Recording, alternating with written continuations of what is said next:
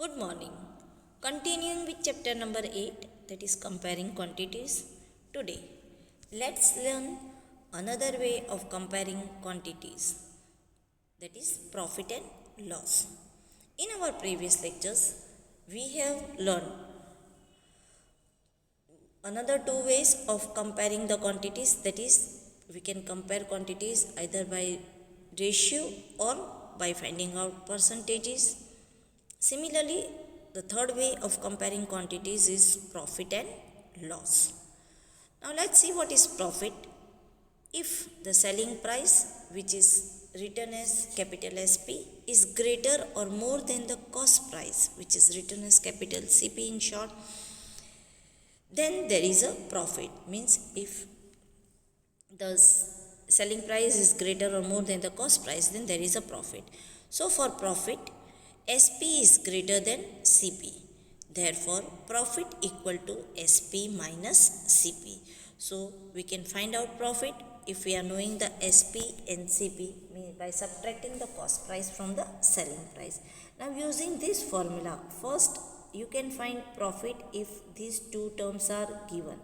Similarly, you can find SP also if these two terms are given, that is SP, we will write SP equal to CP plus profit, and also we can find CP if SP and profit is given, that is we will write CP equal to SP minus profit. This is how we can use this formula to find any of the missing terms from the given three terms. Now what is loss? If the selling price is smaller or less than the cost price, then there is the loss. For loss, SP is smaller than CP. Therefore loss equal to CP minus SP. Here also similarly, if from the all the three terms, if any one of the term is given, then you any two of the terms are given, then you can find the missing term. Now profit or loss is always calculated on CP. So whenever we are calculating the profit or loss, it is always calculated on cost price. Additional expenses made after buying an article are included in the cost price and are known as overhead charges. Now, additional expenses means, suppose if we are buying a fridge and that fridge we have to bring from the shop till our residence. So that fridge we bring in some tempo. Now we have to pay the tempo person money for it. So this amount which we are paying to the tempo person, that amount is again added in our cost price of the fridge, and that total cost price is taken as overhead charges. That is, whatever we are giving, whatever amount we are spending to buy anything, that is your total cost price. Now discount, we all are well aware with this word.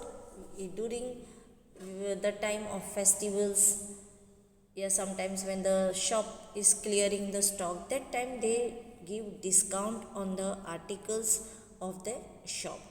So what is discount? Discount is a reduction given on the marked price of the article. Now whatever article you buy, all the articles are marked with the price, means that their cost price is marked on it. So it is known as marked price. So that discount is nothing but the sum of the reduction is given in the marked price, that is called discount. Therefore discount equal to marked price minus sale price. So discount is nothing but to give that we do find out to discount marked price minus sale price. Here also again you can find the sale price, because generally discount is given, so we find sale price. So sale price, that is again sale price equal to marked price minus discount. Generally we use this formula in this form because we generally find the sale price only. Now discount is nothing but discount percent of the marked price. Now suppose one article cost rupees 500 and there is 20% discount on that article. So what we will find is, let us find the discount in rupees, that is 20% of rupees 500. Yes, that is equal to 20 upon 100 multiply by 500. So here 0 cut and we'll get 25 is 100. So our discount in rupees is rupees 100. And if we want to find out the sale price, that is if we subtract 100 from 500, then you will get the sale price. So sale price is equal to 500 minus 100, that is equal to 400 rupees. So the article which is actually having the cost price 500, after the discount will be getting in 400 rupees. This is how discount is used. Then profit, sometimes profit is given directly in rupees, sometimes it is given in percentage, or sometimes whatever profit we are finding out in rupees, that is to be converted into profit percent. So we use the formula profit percent equal to profit upon CP into 100. In short, we write profit percent equal to P upon CP into 100, where P stands for profit and CP stands for cost price. Similarly, to find a loss percent, we use the formula loss percent equal to loss upon CP into 100. This is when we are finding for the in terms of rupees.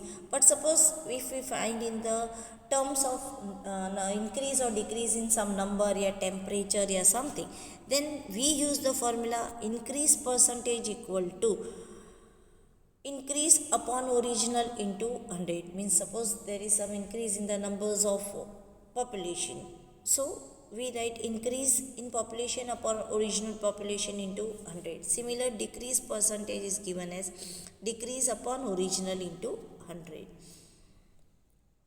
One new terms for you, that is sales tax. Now this tax is imposed by government on the public. Means government is collecting this sales tax from the public when the public is buying items, different items.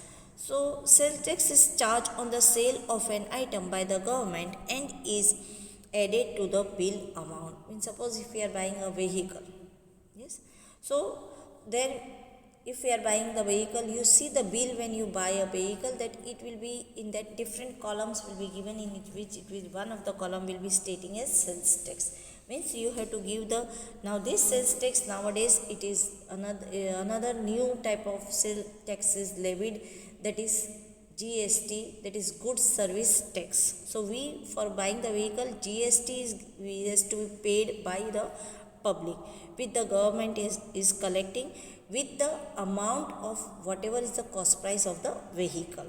So this sales tax, GST, VAT, that is value added tax, these all are the taxes which government is collecting from the public when the public is buying any of the items, goods, articles, and that the public is paying along with the cost price of the articles, items, goods. This sales tax is a tax percent of the bill amount. Yes. So let us solve exercise based on this, that is exercise 8.2. Question number 1. A man got a 10% increase in his salary. If his new salary is rupees 1,54,000, find his original salary. Yes, students, please don't write the question, only you have to write the solution. But when you write the solution, it is better to write the information given in the question. So it becomes easier for us to solve the question. So what is given? First, it is given that new salary of a man is rupees 1,54,000. We don't know what is his original salary, so we write let the original salary be rupees X. Now increase in his salary is given as 10%. Now as stated before, increase and decrease is given on the original thing. So we write here salary is mentioned, so we write 10% of rupees X. Now again this 10%, that is equal to 10 upon 100 into X. Again this 0 will be cut, so we'll get equal to 1 upon 10X. So increase in salary, that is in terms of rupees, it will be 1 upon 10X. Now we don't know what is X, and we have to find that X only, that is original salary. But we know that new salary is equal to original salary plus increase in salary. Now new salary, whatever that person is getting, is nothing but is sum of original salary and increase in salary. Now new salary, you can see new salary is given as 1,54,000. Your original salary is rupees X, and increase in salary is rupees 1 upon 10X. So we put the values, that is rupees 1,54,000 equal to X plus 1 upon 10X. Here first we take out the LCM on the right hand side, that is 1,54,000 equal to 10X plus X upon 10. So we get 1,54,000 equal to 11X upon 10. Now here we want to find only X. So we transpose 11 upon 10. This is this 11 upon 10. We will transpose on opposite side. So it will become 10 upon 11. So we get 1,54,000. X equal to 1,54,000 into 10 upon 11. Again you can reduce this, that is 11 ones are 11.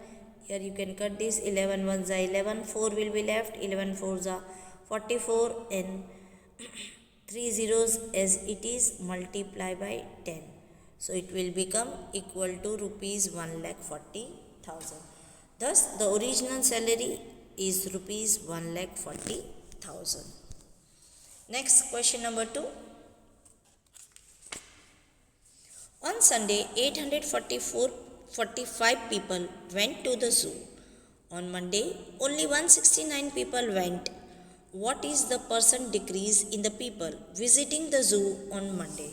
Now it is given that on Sunday, 845 people visited the zoo, and on Monday only 169 people visited the zoo. Now you can see that there is a far decrease in the number of people visiting the zoo on Sunday and Monday. So we have to find out the percent decrease in the people visiting the zoo on Monday. So first let us write the information, that is number of visitors on Sunday equal to 845, number of visitors on Monday equal to 169. So first let us find the decrease in number of people visiting the zoo. So therefore decrease in the number of visitors equal to 849 minus 169, that is equal to 676. So decrease in the number of visitors is 676. Now we have to find this decrease number, we have to convert into percent. Therefore decrease percent equal to decrease upon original into 100. That is, there is decrease of 676 people, visitors. Yes, and our original number was what? 845. So we write equal to 676 upon 845 into 100. Now again here we can cut. First let us cut with 5. So here we will get 5 2s are 10 and 5 zeros are 0. Here we can get 5 1s are 5, then 5 6 are 30, and 5 9s are 45. Again this 169 is the square of 13, so let us cut with 13.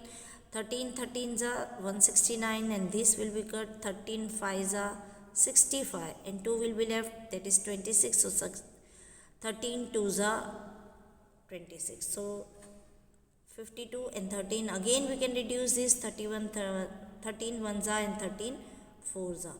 So we will be left into 4 multiplied by 20. So that is equal to 80. So we get equal to 80%. Thus, decrease in the people visiting the zoo is 80%. Next, question number 3.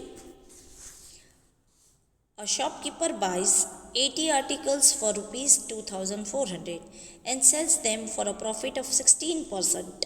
Find the selling price of one article.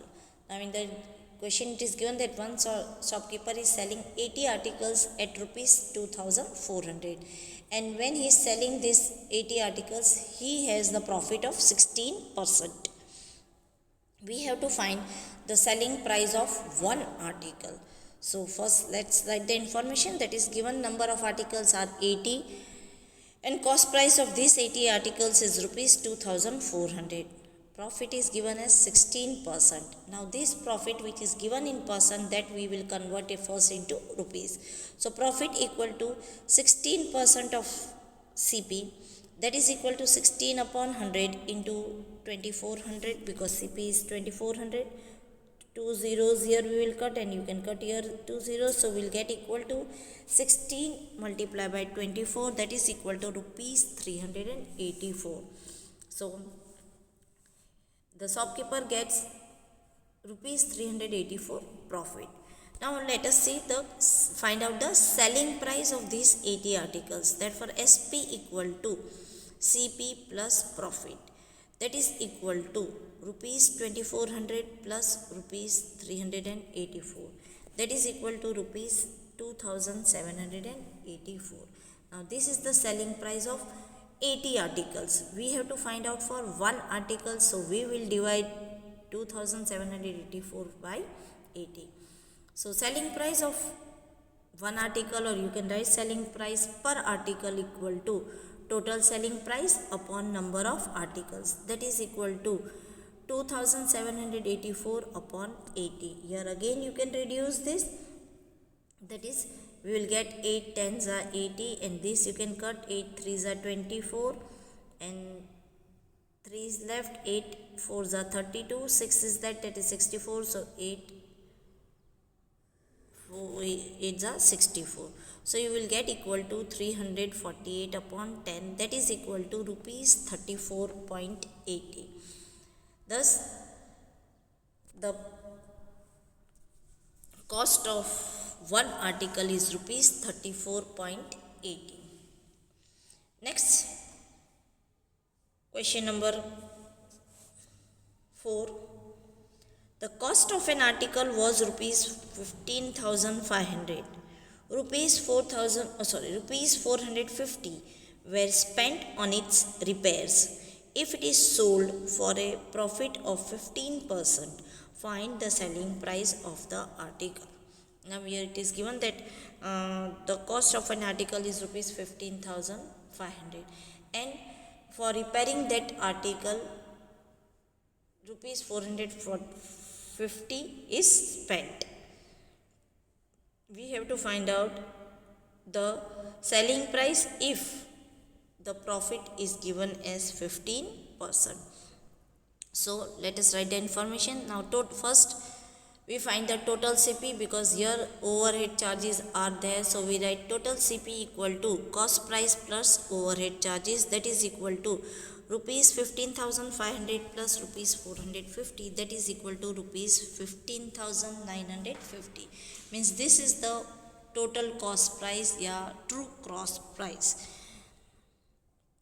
Now profit is given as 15%. Let us convert this profit percent into rupees, that is equal to profit equal to 15% of CP.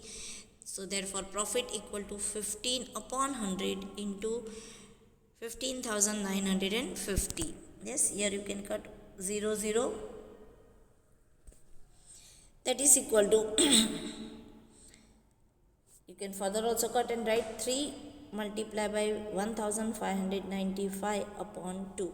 Yes, you can cut further also, no deal for cutting this also. 100 cut, 5 3s are 15, and here 5 2s are 10. So we get 3 multiply by 1595 upon 2, that is equal to 4785 upon 2, that is equal to rupees 2392.50.